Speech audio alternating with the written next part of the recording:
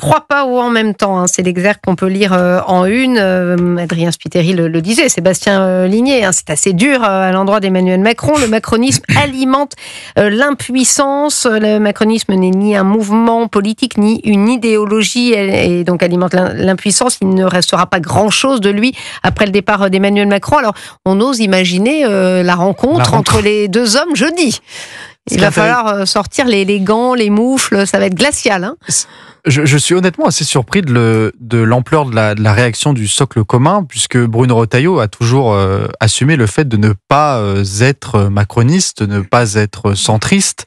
Et d'ailleurs, il le répète dans l'interview, la seule explication de sa présence au gouvernement, c'était son refus de voir l'extrême gauche et le nouveau Front populaire arriver au pouvoir, et que donc il fallait que la droite prenne ses responsabilités et accepte de cohabiter avec Emmanuel Macron, et c'est ce qu'il a fait. Et donc, au cours de cette interview, évidemment, il a des mots extrêmement durs.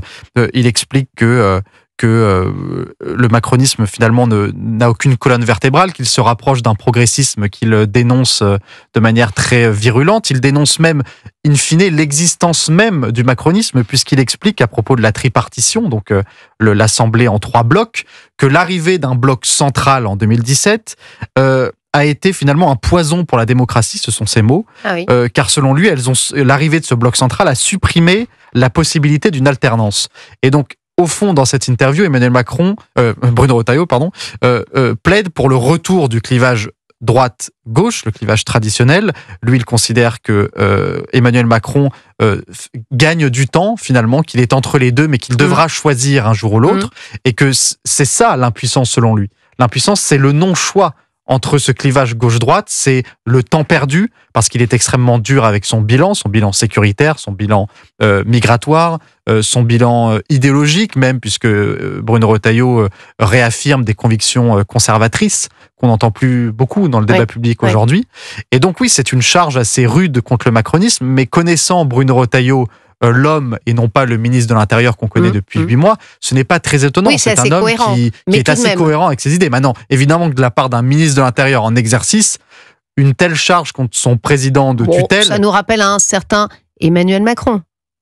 C'est même encore plus rude que ce qu'Emmanuel Macron disait à l'époque de François Hollande. Emmanuel Macron arrivait toujours un petit peu avec le fleuret moucheté. Là, Bruno Retailleau a enlevé les gants. Oui, et au moins il a le mérite de la franchise. Alexandre Malafaye, c'est quoi là? C'est une candidature à peine voilée en 2027. Enfin, c'est clairement un acte de dissidence. Pour le moins. En tout cas, ça a le mérite de provoquer le débat sur un vrai sujet. C'est-à-dire que on a un président qui est maintenant aux affaires depuis 8 ans et qui a été porté par une vague incroyable. Et quelque part, le macronisme à l'époque, c'était une promesse formidable. Les gens ont voulu y croire dans une large majorité de nos compatriotes, avec cette espèce de prime à la jeunesse et puis de mouvement en marche et de promesses de faire avec, qui a été intégralement trahi. C'est-à-dire qu'en fait, l'échec du macronisme, c'est de n'avoir jamais réussi de passer du jeu au nous pour jouer collectif. Et ça s'est traduit après dans toute la mise en œuvre de cette politique depuis un certain nombre d'années, avec des très bonnes intentions.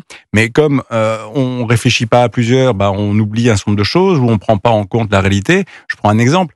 Choose France aurait pu être une grande réussite si, en même temps qu'on faisait, je prends à dessein, mais qu'on avait un vrai cap, et donc en même temps qu'on renonçait à faire tous les effets contraires qui ont été mis en œuvre en matière de normalisation excessive, de poids, de contraintes. Alors, on nous a expliqué qu'on a essayé de simplifier, mais on a fait tout le contraire en même temps qu'on a décidé de faire Choose France. Donc, l'impact et l'effet, au bout du compte, est très relatif. Et après, on est face à une politique depuis 8 ans, amorcée un peu avant lui, sur toute une série de sujets, où on a passé notre temps à faire un pas en avant, 2 pas en arrière. Vous prenez les questions énergétiques, les questions agricoles. Il faut savoir ce qu'on veut sur l'agriculture. Où on décide effectivement d'être souverain, où on décide de se priver d'un certain nombre de filières. Sébastien Ligné, on le disait, il n'y a pas beaucoup d'étonnement, de surprise. Bruno Retailleau est finalement cohérent et fidèle à tout ce qu'il a toujours été, mais n'empêche, là, il sort en effet du bois. Ce timing, il n'est pas choisi au hasard, j'imagine. Bon, il y a eu la séquence des éoliennes. Il a affirmé à sa rupture avec le gouvernement. Il y a aussi le dossier algérien. Est-ce que ce moment est choisi à dessein? Évidemment, ça reste un homme politique. ces mots ont été choisis, ils ont été pesés, ils ont même été relus, si vous voulez. Ce n'est pas une phrase qui serait passée inaperçue et qu'il regrettera. Ou en tout c'est cas, toute une interview. Ce serait une pirouette Une profession de foi. Politicienne. Non, mais ce qui est évident, c'est qu'on est face à un homme qui est auréolé de sondages très flatteurs, qui a été élu président des Républicains avec plus de 75% des voix, que tout le monde imagine déjà plus ou moins être candidat à la présidentielle.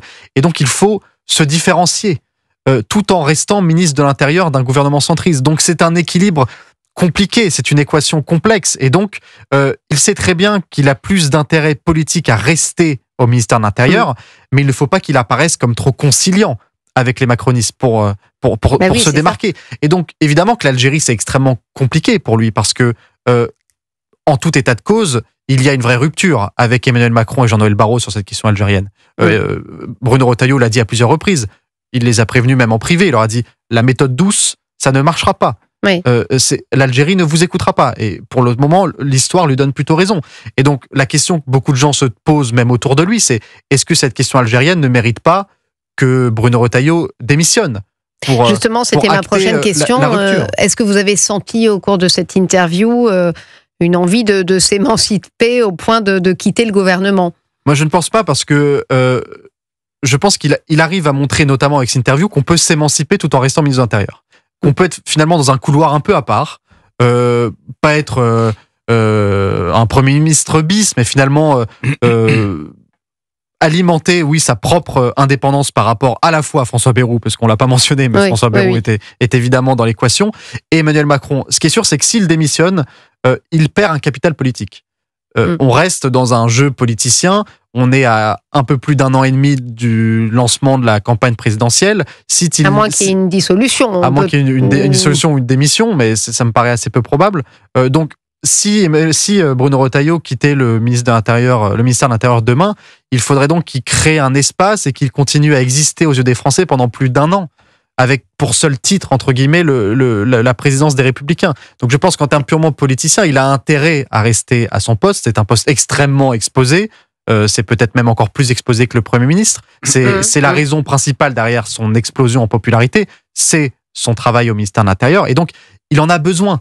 Mais c'est une nouvelle fois une équation complexe. Et un autre point qui est très intéressant, parce que les municipales arrivent dans un an. J'allais y venir. Et là aussi, il acte une rupture, notamment avec le parti d'Emmanuel Macron, avec Gabriel Attal, avec Elisabeth Borne. C'est que lui, il affirme, noir sur blanc dans l'interview, que son premier adversaire, le premier adversaire de la Ve République, c'est la France insoumise. Et c'est le cordon sanitaire à l'envers. Exactement. Et donc, il appelle à un cordon sanitaire renversé contre la France insoumise. Et donc, en filigrane, c'est à la fois une critique contre Gabriel Attal qui, lors des dernières législatives, avait appelé à voter pour des candidats LFI face au RN, et c'est aussi, d'une certaine manière, un appel du pied, pas exactement prononcé, avec le Rassemblement national.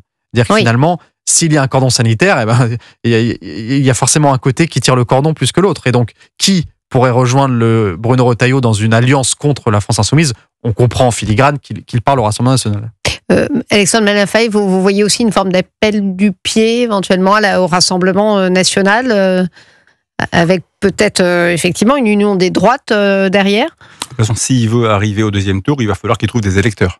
Ça, c'est clair. Le socle actuel des Républicains tout seul, si on se réfère aux dernières élections, suffira sans doute pas à passer la barre des 15, 17, 18%. Donc, de fait, il va falloir trouver et convaincre un nombre d'électeurs de voter pour lui. Il a une ligne politique qui est bien identifiée. Il est pour certains un repoussoir, pour d'autres un fédérateur et un aimant.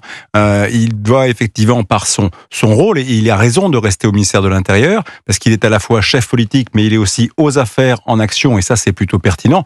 Accessoirement, c'est un très très bon poste d'observation de ce qui se passe en France. Le ministre de l'Intérieur, c'est beaucoup de choses, ce qui n'est pas non plus totalement inutile quand on fait de la politique à ce niveau-là pour préparer l'avenir, y compris préparer les élections. On s'en souvient d'un autre d'ailleurs. Voilà, y compris préparer les élections, parfois c'est pas si mal que ça. Voilà. Mais oui, il est capable aujourd'hui, en tout cas, de profiter d'une situation, c'est-à-dire qu'il y a un certain nombre d'électeurs qui sont plutôt traditionnalistes, à droite, et qui se sont un peu, égarés ou pas, d'ailleurs, ça dépend du point de vue de chacun, mais en tout cas qui votent pour le RN. Le RN traverse une période difficile, indéniablement, puisque de fait, entre la tête et d'ailleurs, Sébastien Ligné, pardonnez-moi, Alexandre, mais il en parle du RN, il parle de Jordan Bardella, je crois, il me semble. Il se demande si les Français consentiront à donner leur confiance à un candidat inexpérimenté, c'est ça? Exactement, le petit tacle. Non, mais il faut différencier dans l'esprit de Bruno Retailleau, quand il parle du RN, les électeurs du RN de l'appareil du RN.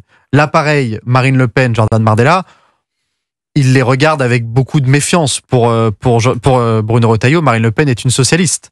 C'est ce qu'il dit, qu'elle a un programme socialiste. Pour Bruno Retailleau, Jordan Bardella est encore... sur l'économie, bien sûr. Pour Bruno Retailleau, Jordan Bardella est encore très jeune. Donc lui, oui, il différencie deux choses. Il est dans la posture que Nicolas Sarkozy avait adoptée en 2007, quand il avait réussi à siphonner les voix de Jean-Marie Le Pen sans à aucun moment tendre le bras et tendre la main à Jean-Marie Le Pen, tout en conservant la base électorale de l'UMP à l'époque. Et donc, on comprend que le projet de Bruno Retailleau, c'est celui-là, c'est réussir à récupérer ces électeurs partis depuis maintenant 15 ans au Front National devenu RN, et réussir avec un projet cohérent à les faire revenir au bercail. Je ne sais pas s'il y arrivera, puisque le RN d'aujourd'hui n'est pas le FN de 2007, mais en tout cas, c'est son projet. Je peux dire qu'il a une vraie opportunité, parce que le problème de tête aujourd'hui est réel, et en effet, le fait de ne pas faire ce que certains leaders politiques ont fait parfois jusqu'à présent, c'est globalement amalgamer tout le monde, ce qui était pour le coup, je pense, une vraie erreur. Il faut aimer les électeurs, quels qu'ils soient. Par contre, il faut combattre les leaders si on n'est pas d'accord avec eux, et ça, c'est plutôt bonne stratégie. Mais je reviens sur le timing, Sébastien Ligné, tout de même. Est-ce que ce n'est pas trop tôt pour s'affranchir à ce point-là? Alors, mais on le sait déjà qu'il est différent, mais là, bon, il y a, on le disait, un vrai acte de rupture, alors qu'il est encore au gouvernement Macron et Bayrou. Oui, mais est-ce que c'est vraiment un gouvernement Macron? Je pense que ce que tente de provoquer aussi dans l'opinion Bruno Retailleau avec cette déclaration, c'est aussi montrer qu'Emmanuel Macron est impuissant aujourd'hui. Il n'a plus la main sur son gouvernement. On est dans un gouvernement de cohabitation qui ne dit pas son nom. Je rappelle quand même que François Bayrou a forcé la main à Emmanuel Macron pour être nommé Premier ministre.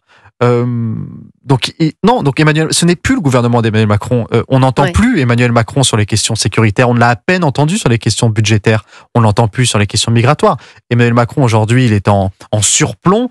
Il s'occupe essentiellement de l'international. En attendant, il le reçoit jeudi, en effet. Oui, mais il le reçoit jeudi pour parler. Il le reçoit jeudi pour parler d'international, si vous voulez. Donc les affaires franco-françaises, Emmanuel Macron s'en est un petit peu désintéressé depuis la dissolution. Je ne suis pas certain que lui-même considère que ce soit son gouvernement, si vous voulez. Peut-être qu'il le prendra même pas si mal que ça, Emmanuel Macron. On verra jeudi. Oui, certainement qu'il fera bonne figure. Restez avec nous, on revient dans quelques instants. On évoquera notamment Catherine Vautrin, qui va essayer de prendre des idées en Italie pour rehausser la natalité. Et puis on parlera aussi des États-Unis qui quittent à nouveau l'UNESCO. Restez avec nous sur Europe 1.